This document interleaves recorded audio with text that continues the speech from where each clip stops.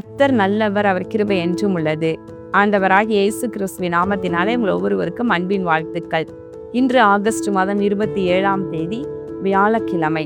பிரியமானவர்களே, இந்த நாள் உங்களுக்கு சமாதானமான ஆசீர்வாதமான நாளாக இருப்பதாக. இன்று நாம் தியானிக்கும் வசனம் நீதிமொழிகள் 31வது அதிகாரம் 30வது வசனம். சௌந்தரியம் வஞ்சனை உள்ளது, அழகும் வீண், கர்த்தருக்கு பயப்படுகிற ஸ்திரீயே புகழப்படுவாள். இந்த நீதிமொழிகள் 31வது அதிகாரத்தை நீங்கள் முழுவதுமாக வாசித்து பார்த்தீங்கன்னா அதில் மெயினாக சொல்லப்படுகிற காரியம் எல்லாமே என்னன்னா, ஒரு நல்ல ஒரு குணசாலியான ஒரு பெண்ணினுடைய காரியங்கள், குணநலன்கள், அவருடைய செய்கைகள் எல்லாம் எப்படி இருக்கணும் அதை பற்றி தான் இந்த நீதிமொழிகள் 31வது அதிகாரத்தில் எழுதப்பட்டிருக்கிறது.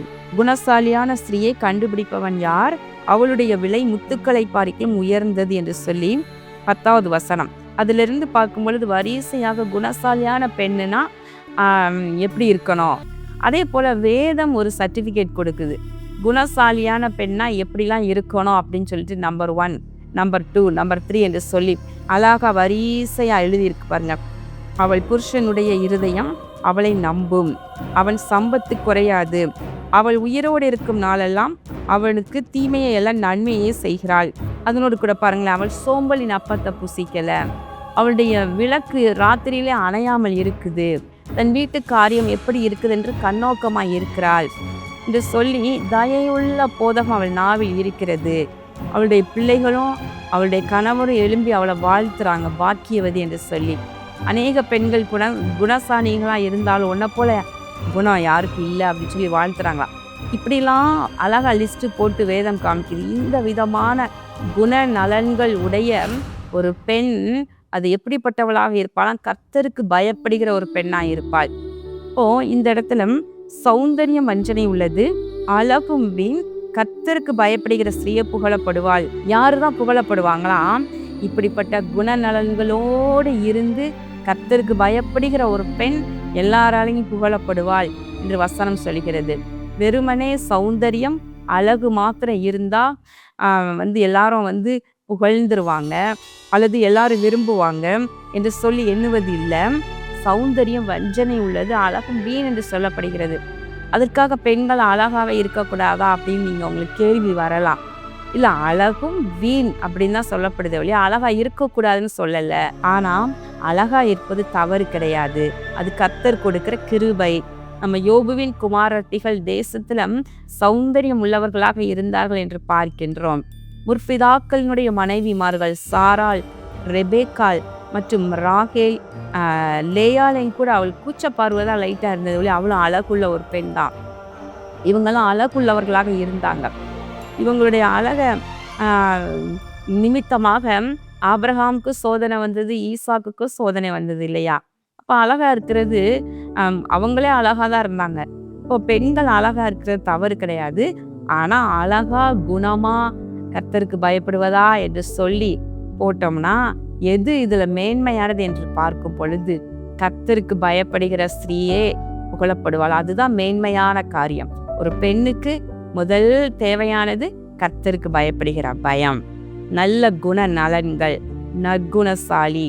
இல்லை, ரூத்தை குறித்து சொல்லப்பட்டது, நீ நல்ல ஒரு குணசாலியான பெண் என்று என்னுடைய ஊராரெல்லாம் சொல்ல நான் கேள்விப்பட்டேன் என்று போவாஸ் சொல்லுகின்றார்.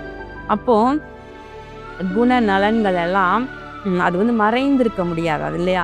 நம்முடைய குணநலன்கள் மறைவாக இருக்க முடியாது. நம்முடைய கிரியைகள் அது வெளிப்படும். நம்ம இருதயம் எப்படி இருக்குதோ அப்படிதான் நம்முடைய கிரியைகளும் இருக்கும் இல்லையா. எவ்வளோ நாள் தான் அழகா ஏமாத்தலான்னு ஆக்ட் பண்ணா கூட ஒரு நாள் அது வெளிப்பட்டுரும் இல்லையா.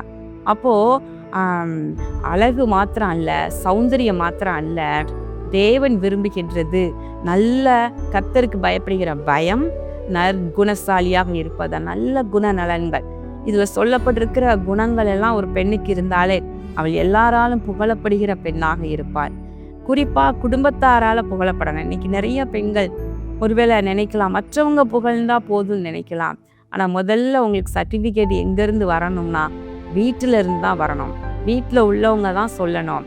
உங்களுடைய வீட்டில் உள்ள கணவர் மற்றும் பிள்ளைகள், உங்கள் வீட்டில் இருக்கிறவங்க தான் நல்ல சர்டிஃபிகேட் கொடுக்கணும். அப்புறம் தான் வெளியில் இருக்கிறவங்க. கர்த்தருக்கு பயப்படுகிற ஸ்திரீயே புகழப்படுவாள். வேதாகமம் சொல்லுகிறபடி கர்த்தருக்கு பயப்படுகிற நல்ல ஆஹ், குணாதிசயங்களோடு தெய்வீக அலங்காரத்தோடு கூட கர்த்தருக்கு பயப்படுகிற பெண்ணாக இருக்கும் பொழுது அப்பொழுது அதுதான் மேன்மை உள்ளது. அதுதான் உங்க குடும்பத்துக்கு தேவையான நன்மைகளை கொண்டு வருவது. அவள் தூரத்திலிருந்து தன் குடும்பத்தாருக்கு ஆகாரம் கொண்டு வருகிறாள். எங்க தூரத்திலிருந்து கொண்டு வர முடியும்? நம்ம எங்கேயாவது போய் ஃப்ளைட்லேயோ அல்லது எங்கேயோ கப்பல்லையோ போய் நம்ம போய் நன்மைகளை கொண்டு வந்துட முடியுமா? இல்லை. நம்ம முழங்கால முடக்கி தேவனுடைய சமூகத்தை நோக்கி பார்த்து, பரலோகம் தான் தூரமான இடம், அங்க போய் எந்த மனுஷனும் நம்ம நன்மையை தடுக்கவே முடியாது. அப்ப நமக்குரிய நன்மைகள் எல்லாம் பரலோகத்துல இருக்குது. நம்முடைய குடும்பத்திற்குரிய நன்மைகள், ஆசீர்வாதங்கள் எல்லாம் பரலோகத்துல இருக்குது. அதை அறிந்து கொண்டவர்களாக தேவனுடைய சமூகத்துல நம்முடைய சரீரத்தையும் நம்முடைய மனதையும் ஒடுக்கி ஆண்டவரை நோக்கி பார்த்து ஜெபம் பண்ணி தூரத்திலிருந்து நன்மைகளை கொண்டு வருவதுதான் ஒரு நல்ல குணசாலியான பெண்ணினுடைய சிறப்பான தன்மை. கர்த்தருக்கு பயப்படுங்க. ரெபேக்காள் கர்த்தருக்கு பயந்தாங்கன்னு பார்க்குறோம். ஈசாக்கின் மனைவி தன் வயிற்றுல 2 பிள்ளைகள் ஒன்றோடொன்று மோதி கொண்டிருந்த பொழுது அவங்களா ஒரு டெசிஷன் எடுக்கல. அவங்க கர்த்தரிடத்தில் இது என்ன என்று சொல்லி விசாரித்ததை பார்க்கின்றோம்.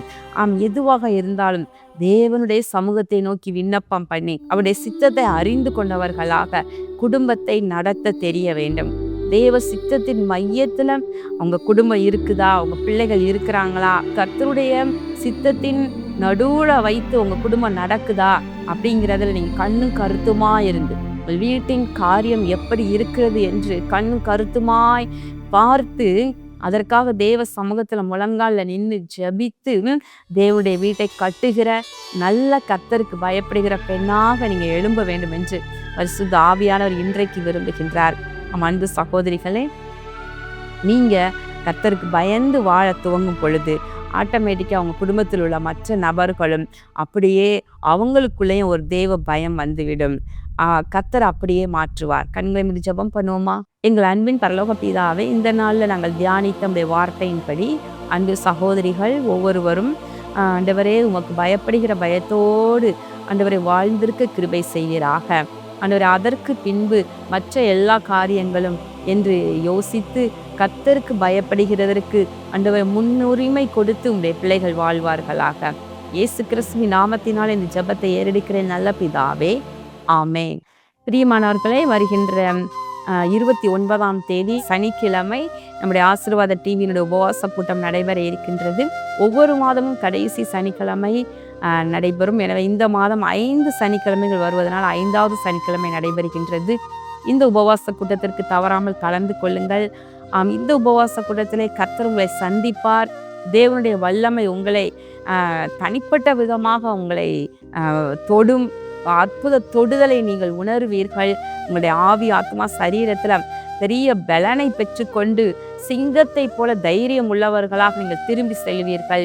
எனவே இந்த உபவாச கூட்டத்திற்கு வந்து தேவ பலனை பெற்று ஆசீர்வதிக்கப்படுங்க. இந்த மாத உபவாச கூட்டம் மாத்திரம் நமக்கு வழக்கம் போல நடைபெறும் இடத்தில் நடைபெறாது. அதற்கு பதிலாக ராயப்பேட்டையில் உள்ள OMCA வளாகத்தில் அமைந்திருக்கின்ற கூடாரத்தில் வைத்து நடத்தப்படும்.